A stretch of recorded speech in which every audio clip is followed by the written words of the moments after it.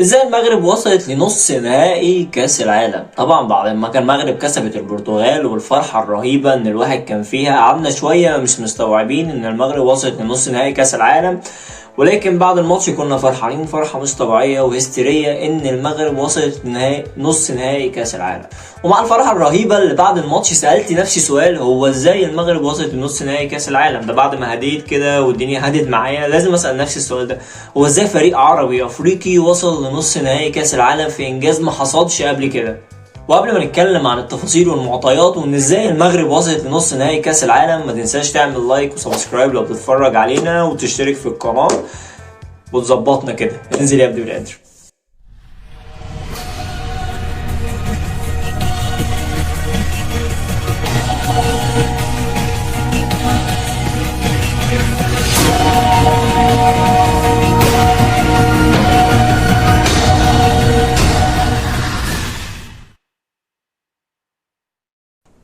السلام عليكم ورحمة الله وبركاته. وصلنا خلاص لنص نهائي كاس العالم، واول فريق عربي افريقي يوصل للنص نهائي كاس العالم، ودي حاجة طبعا كلنا فخورين بيها وكلنا مبسوطين بيها. كل السبب هو وليد الركراكي مدرب المغرب، هو الرجل الاول في ان المغرب توصل لنص نهائي كاس العالم. ومش هو بس، لكن هو السبب الاكبر ان المغرب توصل كاس العالم، وفي اسباب تانية ومعطيات تانية. ولكن قبل ما نتكلم فيها تعال احكي لك قصة بسيطة عن ارسنال فينجر والدوري اللا هزيمة مع ارسنال. سنة 2002 في الدوري الانجليزي ارسنال اخذ الدوري، ومع بداية دوري 2003 للدوري الانجليزي ارسنال فينجر طلع في مؤتمر صحفي وقال ان هو هياخد الدوري الانجليزي بدون هزيمة. وطبعا الناس كلها اتريقت عليه وضحكت عليه، وده حصل طبعا في الفيلم الوثائقي اللي هو عمله لو اتفرجت عليه، وهو قال كده بنفسه ان الصحف اساسا اتريقت عليه وما صدقوش. حتى اللعيبه كانوا بيقولوا ايه اللي بيعمله ارسنال فينجر ده، وازاي هناخد الدوري بدون هزيمه. ولكن ارسنال فينجر كان عنده رأي تاني، وكان عنده حلم ان هو يحقق المستحيل وبيحاول ان هو يعمله، عايز يخلق الفكره دي في اللعيبه عشان يحقق ده. هو خسر دوري 2003 بس ما كانش فارق معاه، هو اللي كان فارق معاه انه يزرع الفكرة في عقل اللعيبة عشان يوصل لها ان هي تحقق المستحيل زي ما هو كمان عايز يحققه. بعد ما كل الناس سخرت منه كان عنده حلم عايز يحققه زي ما اي حد عنده حلم عايز يحققه. كان عنده حلم ان الارسنال ياخد دوري بدون هزيمة، وما حصلش في 2003 ولكن حصل في 2004 بعد ما زرع الفكرة في عقول اللعيبة، واللعيبة صدقته وخلاص امنت بالفكرة، وبقى عندها نفس الفكرة ان عند ارسنال فينجر بنفس الشغف اللي عنده. وهو ده وظيفة المدرب، ان ارسنال فينجر حاول يزرع الفكرة دي جواهم عشان يقدروا يعيشوا نفس الشغف اللي هو عايشه من ناحية الفكرة، وان هم يحققوا الدوري اللا هزيمة. وفعلا اللعيبة صدقت الفكرة وصدقت الحلم المستحيل اللي هو ممكن يحصل وامنت بيه، وخلاص حققوا دوري فعلا 2004 بدون هزيمة. وده كان حاجة تاريخية مش هتحصل تاني. الفكرة ان ارسنال فينجر عنده حلم ووصل للعيبة الحلم ده وقال لهم ان هم قادرين يعملوه، ووراهم المعطيات ووراهم كل الاساليب ووراهم ان المستحيل ممكن يتحقق.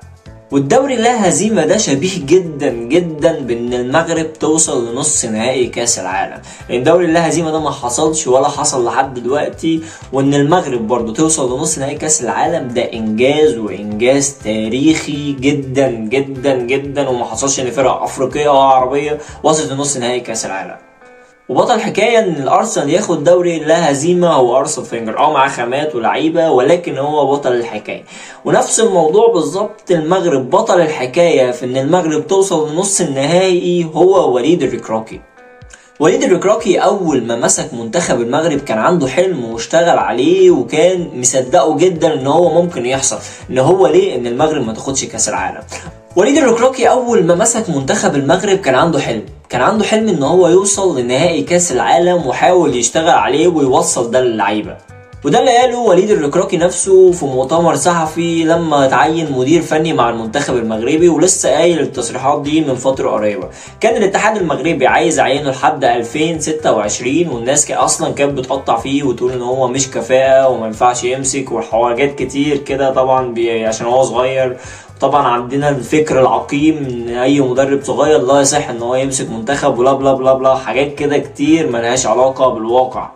وليد الركراكي لما قالوا له هتمضي لحد 2026 قال لهم لا، انا همضي لحد 2024، ولو ما وصلتش نص نهائي في كاس العالم فطبيعي ان انا همشي ومش هكمل مع المنتخب المغربي. والغريب ان رئيس الاتحاد المغربي كان مندهش من كلامه، لانه مش طبيعي ان انت توصل نص نهائي كاس العالم. انت يا دوبك لو وصلت للدور الثاني اي حد هيبقى مبسوط بده، وده انجاز مش طبيعي. لكن وليد الركراكي كان عنده حلم ومتاكد ان الموضوع سهل جدا وبسيط ان انت تقدر تحقق حاجه زي كده. هو الموضوع مش صعب ان هو شايف المعطيات اللي قدامه، عنده منتخب قوي ولاعيبه قويه على اعلى مستوى، والدليل على ده ان هو تصدر مجموعته اللي فيها كرواتيا اللي هي اساسا طرف في نص النهائي، وبلجيكا اللي هي مصنفه الثاني على العالم. وليد الركراكي اول ما مسك المنتخب اشتغل على ده، ووصل للعيبه زي ما ارسنال فينجر لعب، وصل لهم حلمه بالطريقه اللي هو عايزها، وصل لهم ان هم من احسن لعيبه في العالم، وازاي ما نوصلش لنص نهائي كاس العالم. احنا عندنا جودات وعندنا منتخب قوي ومدرب قوي ولاعيبه قويه، عندهم تقريبا من احسن اللعيبه اللي في العالم في مراكز، ياسين بونو، زياش، حكيمي، عندهم سفيان مرابط، عندهم لعيبه كتير جدا جامده جدا. فطبيعي ان هو يحلم بحلم زي ده، وطبيعي ان هو بالنسبه له هو شايف ان المستحيل بالنسبه له مش مستحيل، هو عايز يحققه عشان هو شايف ان الجوده اللي معاه واللعيبه اللي معاه تقدر توصله لبعيد، وهو كمدرب عنده فكر كويس جدا يقدر برضه يوصل لنص النهائي. وبعيد عن كده خلق جو واشتغل على الموضوع، ووصل للعيبه فكرهم، ووصل لهم الشغف بتاعه، ووصل لهم حلمه، وهم كمان بقوا بيحلموا بنفس الحلم دوت، وهو بقى بيآمن بيهم وهم بيؤمنوا بيه. الموضوع بقى عبارة عن شغف للطرفين، اذا كان اللعيبه او اساسا المدرب، الاتنين بقوا ماشيين في نفس الاتجاه ونفسهم ان هم يحققوا ده، وشايفين ان هو عادي ان هو يقدر يحققه، ويقابلوا كبار الفرق العالم. قابلوا اسبانيا وكسبوها، وقابلوا البرتغال وكسبوها، وما شفناش فرص خطيره ان هي فرقه مسكانه مبهدلانا. هم الاستحواذ معاهم بس ما كانوش عارفين يخلقوا فرص. فعلا افكار وليد الركراكي كلها كانت مع اللعيبه، وبدا ينقل لهم دوت وزرع الفكره جواهم، وهم خلاص بقوا مؤمنين بالفكره دي ان هم هيوصلوا لنص نهائي كاس العالم ونهائي كاس العالم كمان، وهيعملوا ماتشات ولا اروع ولا اجمل. وده اللي بان لنا في ماتشات كتير جدا زي ما قلت قبل كده، اول مجموعه ودي مش حاجه سهله مع كرواتيا وبلجيكا وكندا برضو، وكسبوا اسبانيا وكسبوا البرتغال، ومش بعيد خالص ان هم يكسبوا فرنسا يوصلوا لنص النهائي، وكلنا نفسنا ان ده يحصل، وان شاء الله يحصل، والمغرب يوصل لنهائي كاس العالم، وان شاء الله كمان ياخده. وليد الركراكي وصل ان اللعيبه تصدق الحلم ده، ومش بس كمان اللعيبه تصدق الحلم ده، خلى اساسا الشعب المغربي نفسه مصدق ان وليد الركراكي يوصل لبعيد. ومش الشعب المغربي بس، العرب، الوطن العربي كله، والمنتخبات العربيه والمنتخبات الافريقيه، لا والعالم كله مصدق ان المنتخب المغربي قوي وممكن يوصل للنهائي. وكل ده ليه؟ عشان وليد الركراكي كان عنده حلم وصدق نفسه، ووصل الحلم ده للعيبه وخلاهم يصدقوا نفسهم ان ده ممكن يحصل، خلاهم يأمنوا بنفسهم بقدراتهم ان ده ممكن يحصل، وان هم يوصلوا لنهائي كاس العالم. وليه لا؟ وانتم من احسن لعيبه في العالم.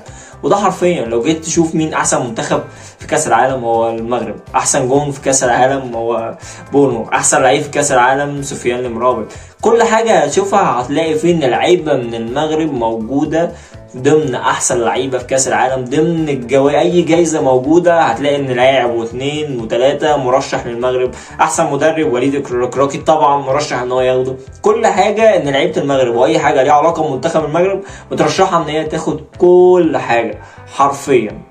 كل اللي حصل ده نتاج ان انت تصدق نفسك فهتوصل للي انت عايزه. وليد الركراكي بيوصل للعالم كله رسالة، والوطن العربي كله رسالة، ان انت لو صدقت نفسك هتعمل المستحيل حرفيا، ومعاك الجودة ومعاك الارضية ومعاك الناس اللي ممكن تساعدك او اللعيبة اللي تساعدك، فانت هتقدر توصل للي انت عايزه وتوصل فعلا للمستحيل. وليد الركراكي قدم للعالم كله رسالة عن ازاي تصنع المستحيل، ومش العالم بس، الوطن العربي بالاخص، عشان دماغنا ضيقة شوية خصوصا في كاس العالم والمسابقات الكبيره. وليد الركراكي كسر حاجز المنتخبات الكبيره او المسابقات الكبيره اللي احنا ما نقدرش نوصل لبعيد. فكل الناس او كل العرب مديونين ان هو بوليد الركراكي، وفعلا كل الناس مديونه ليه ان هو وصلنا او فرحنا بالطريقه دي، وبنشكره، وان شاء الله يكملوا في كاس العالم ويوصلوا للدور الثاني. انا كده خلصت كلامي. لو عجبك الفيديو ما تنساش تعمل لايك وسبسكرايب. السلام عليكم.